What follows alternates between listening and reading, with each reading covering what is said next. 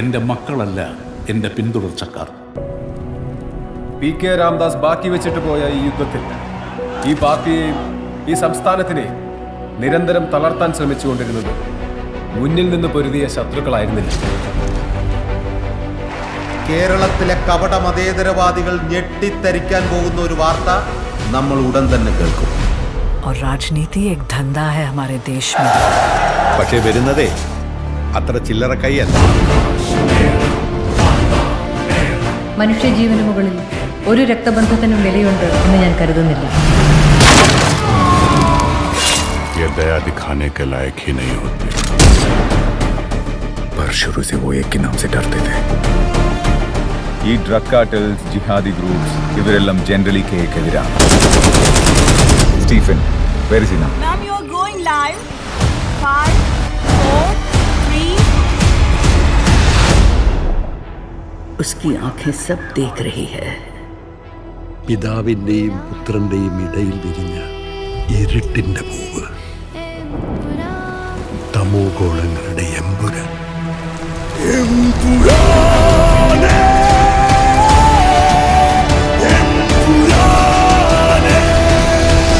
ഈശോ മിശിഹായ്ക്ക് സ്തുതിയായിരിക്കട്ടെ. ജാൻവി അല്ലാതെ ഇന്ന് ഈ ലോകത്ത് രക്തബന്ധം എന്ന് പറയാൻ എനിക്ക് ഒരാളേ ഉള്ളൂ അങ്കിൾ. പണ്ടെപ്പോഴും കേരള രാഷ്ട്രീയത്തിൽ വെറും ഒരു MLA മാത്രമായിരുന്ന ഒരാൾ. അയാളെ എന്തിനാണ് സാർ ഇങ്ങനെ പേടിക്കുന്നത്? നമ്മൾ അറിയാത്തതെന്തോ Stephen നെടുമ്പള്ളിയുടെ കഥയിലുണ്ട്. Face the world, Abraham. ദൈവപുത്രൻ തന്നെ തെറ്റ് ചെയ്യുമ്പോൾ ചെകുത്താനെ അല്ലാതെ വേറെ ആരെ ആശ്രയിക്കാൻ? Because the enemy of an enemy is a friend. Zaid Masood. We have to end this war.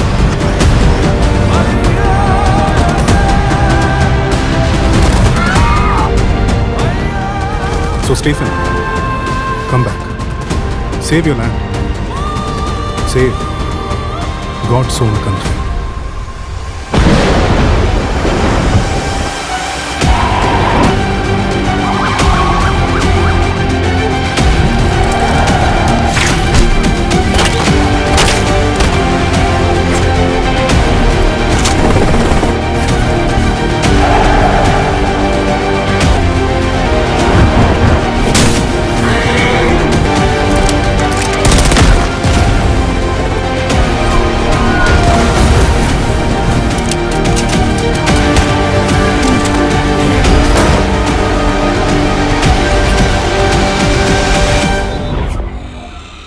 But answer this one question.